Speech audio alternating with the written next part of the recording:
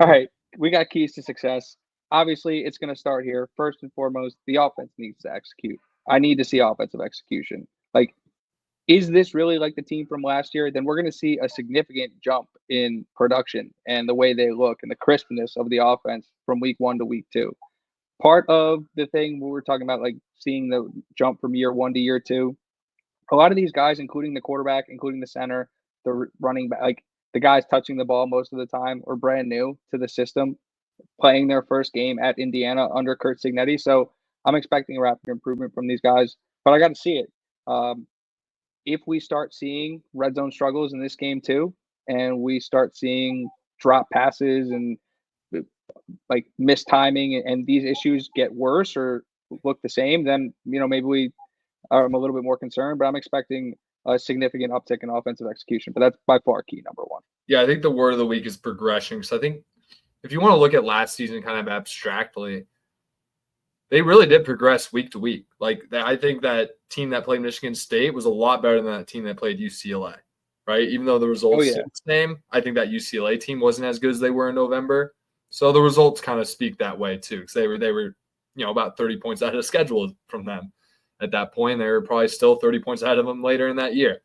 And then they're able to keep getting better and blow teams out even worse. You see the Nebraska, you see the winning Washington with a backup quarterback. You see what Michigan State, like they are progressively getting better as the year goes on and it accumulates to a big win against Michigan at home. So the problem is that they got Illinois in 3 weeks. So we're going to need significant progression week to week. And I think that's going to be the key thing that we're going to look for, not just on offense, but both sides of the ball, all around, all facets. 100%. Leads me into key two. Have to shore up the defensive line. Obviously, they were small little mistakes. You made the joke about Wheeler still chasing the running back. Like, we don't need to be seeing that show up on film over and over again. Kellen Wyatt, I thought, for most of the game, played unbelievably well. I think he was the one getting back who got the tip on the Pons pick, or at least affected that play. But he was also made the wrong read on the second long touchdown run. So I'm wondering, and I don't know if you had a chance to check out the snap counts, but it was a very tight rotation on the defensive line. So I'm wondering if we're going to see any changes to the lineup, if we see Daly rotate in even more and have a few more snaps, or if they're just like confident that those were just one-time issues and that they showed those issues up in film. So I'll be focused on the defensive line.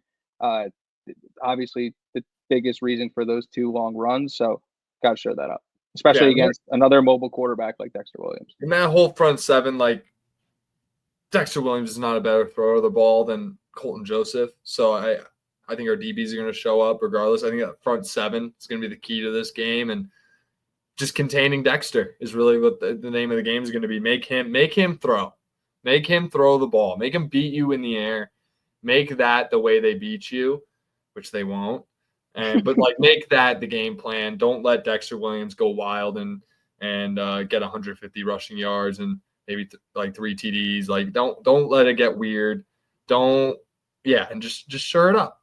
I didn't have as great of analysis for this game, mostly due to the fact, like I'll call out some players for them. They have a right tackle, Milovich. He's going to be, a guy that's probably going to see Kamara a couple times. Millen Jones, one of their safeties, is going to be also a guy you should watch out for. I'd say he's their best defensive player. He's definitely a guy that can make a lot of plays. He's been there for a while. He's going to it's hard for me to say they're going to cause problems, right? Because I really like Old Dominion's better than this team that we're playing this week. So it's like it better look like that is kind of how I'm seeing it. Or else I'm going to be if we don't put up 50, I'm going to be worried. I'm with you, because that is going to bring me to key number 3, and that's display depth. Obviously, Bryson Bonds, we covered again out for the season, which sucks not only on special teams, but also he was the backup safety. I don't remember which safety spot he was backing up, but one of them, or Rover, or, he's an experienced guy who's had played a ton of football and is a part of this Kurt Cignetti defense and special teams for the last couple of years. But I want to see some guys play. Like let's put some points on the board. Like I want to see some of these young guys we've been hearing about. Like none of the only people we saw in the secondary were the starters, right? I'd like to see maybe a Jalen Hollywood Bell get in there, maybe a Seonta Stewart or a Zachary Smith or a Garrett Reese. Garrett Reese was on the practice squad MVP this week.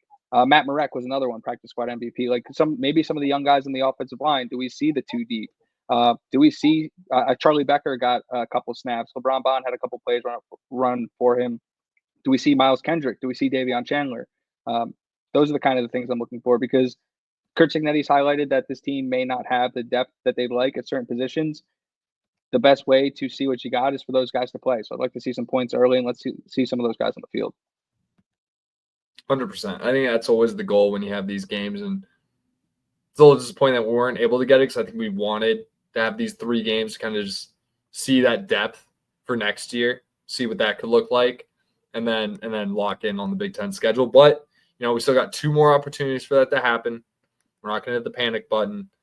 And, yeah, we got a big one against Kennesaw State in a real bounce-back spot, not in a sense where we, obviously we're going to shoot for a dub and win a dub, but I think we need to make it look pretty, make it look absolutely as it should be. I know this team's coming off a 1-point win. They get an extra day rest on us too. So it's like they might hang tough with us for a little bit, just because – Wake Forest, they just did it with another ACC, with another Power 4 school just last week. I know I'm not comparing us to Wake Forest or anything, but I think we'll beat them by more than 1 point, right? But we got to make it look. We got to make it look good. Well, I don't want to get ahead of myself, so I'll go to key 4, and that's special teams continuing to dominate. Brendan Franke was phenomenal on kickoff. He was awesome. I don't think a single one was returned. Keep doing that. Do that all year. Radicic didn't miss a beat. Obviously, he didn't kick the long field goal. I think it was Quinn Warren who attempted the long field goal, if I'm not mistaken. I might be mistaken there. But I thought special teams all around looked awesome. Obviously, we got the Brady punt return. I like the fact that Hemby and Beebe are the guys returning kicks too. I think running backs with the ball in their hands, setting up blocks is something you want. So, and then the other injury note coming out of this week was McCarthy, the punter, was a little bit banged up. He was considered day-to-day. I'm not sure what the significance or the extent of the injury. It looked like he was kind of limping around on Saturday, or a little bit like walking gingerly, although I think he was still holding for Radicic on extra points and field goals. So definitely going to be keeping an eye on that, but just continued dominance from those guys, especially Franke. Yeah, so Franke is the one that DJ Moore, by the way, Eric. Franke's the one who attempted the long field goal. It was Franke? Yeah. Nice. Well, then that makes more sense, because Sig was saying that he hit from like 55, 56 in practice, and that they were kicking into the wind. He just hit the crossbar. Said he hadn't missed yet, but he only take like 4 or 5. Dude, seeing that hit the front crossbar and just bounce straight up was just like when I was talking bad vibes, like come on, man. Come on. Like, are you serious? The drop pass, and we're having long touchdown runs, having the ball hit off the front of the goalpost. It's just. And they won by 2 touchdowns. And they won by multiple points. scores, and they rushed for 300 yards. And yeah, I need to play a real opponent real soon to figure out what this team is, because I don't know. I don't know yet. But well, I'll bring staying hopeful. I was going to say, I'll bring us back around for key 5, Brad, and that's make a statement, win by 20 plus. And it's got to be more than that. And the point being, perception is reality until reality is reality. To the point you just made, Indiana doesn't play a real opponent until week 4.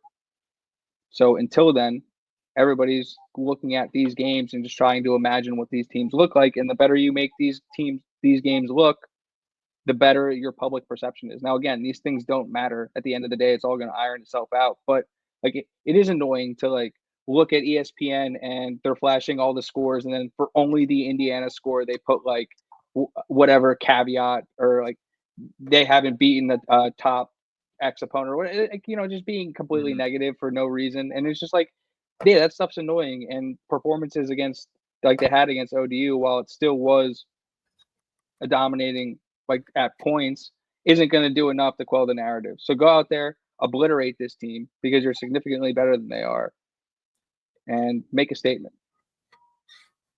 Yeah, I'm feeling good. I think we're going to be all right this weekend, and I think we're going to blow them out. I think I'm feeling a cover for 30. Like we got to cover 35. Like we need to do that. That's point blank what needs to happen.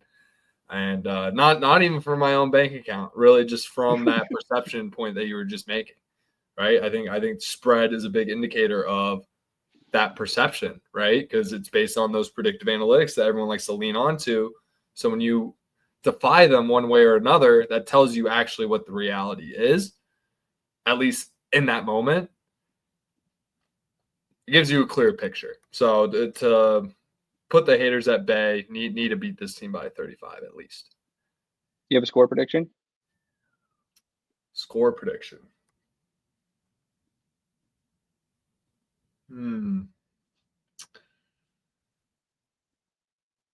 62-3. How about that? I like that. I like it a lot. Yeah. I'm gonna say it's 56-7. 56-7. Yeah. 62-3 is such an egregious pick. Like if they go 42-3, I'll be happy. But if it's although they didn't score, you know what? No, I can't do that. If they score 50, they're allowed to give up a touchdown.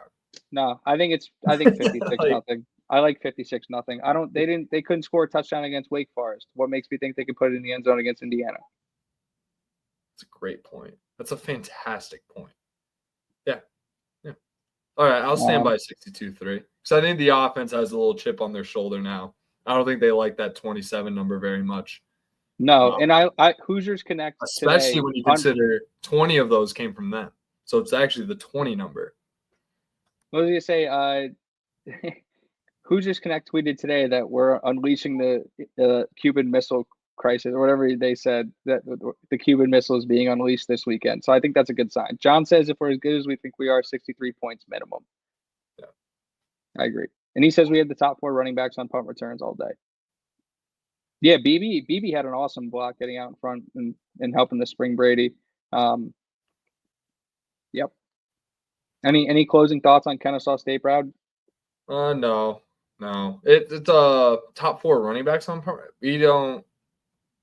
Kick returns is what I think he means. But yeah, don't have any closing thoughts. I think I said everything that needs to be said. How about that? Yeah, I just need to see. I want to see. My closing thought is just execute. It's literally that simple. It's they're the better football team. They have more talent. Go out there and put on a show. That's what these games are for. There's a reason why you schedule these types of games, and it's to make your teams look good. So take advantage of them, because very soon, the Kennesaw State is going to be Maryland, and Maryland's quarterback looked pretty frisky over the weekend.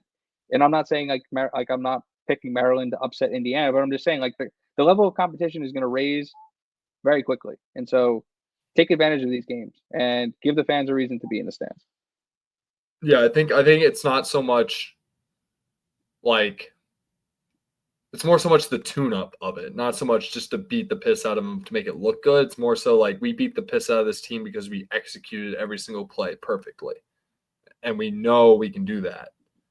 So it's really just that confidence that builds from beating a cupcake that's really going to translate for the future, and that's what we saw. I think the Western Illinois game was the greatest example of that. Beating a team 77-3. It's all right, who wants next? That's the mentality of the team the rest of the year, and it snowballs all the way to a playoff berth. So get 2 more opportunities to get a win like that against 2 teams that are susceptible to games like that. I think it's a great sign and just great opportunity for the ball club to bring it back, bounce back. That's what we need. Bounce back from a 300 rushing yard. Yeah, bounce back from from a multi-score win against a team that's probably going to be pretty decent. From a team that's probably going to win 8 games. But and I know we spent 10 minutes shitting on ESPN's FPI and all those metrics, but if you look at those metrics, ODU grades as a bottom of the barrel Big Ten team. So it's a fringe top 50 or whatever that ends up being, right? Really? Okay. Yeah, top 100 for sure, top 90. I don't know how many teams are in these conferences anymore, but I'm sure ODU can beat Purdue. They didn't look bad either. I don't know if I want to talk about that, but yeah, we're not in the hypothetical business. So. No.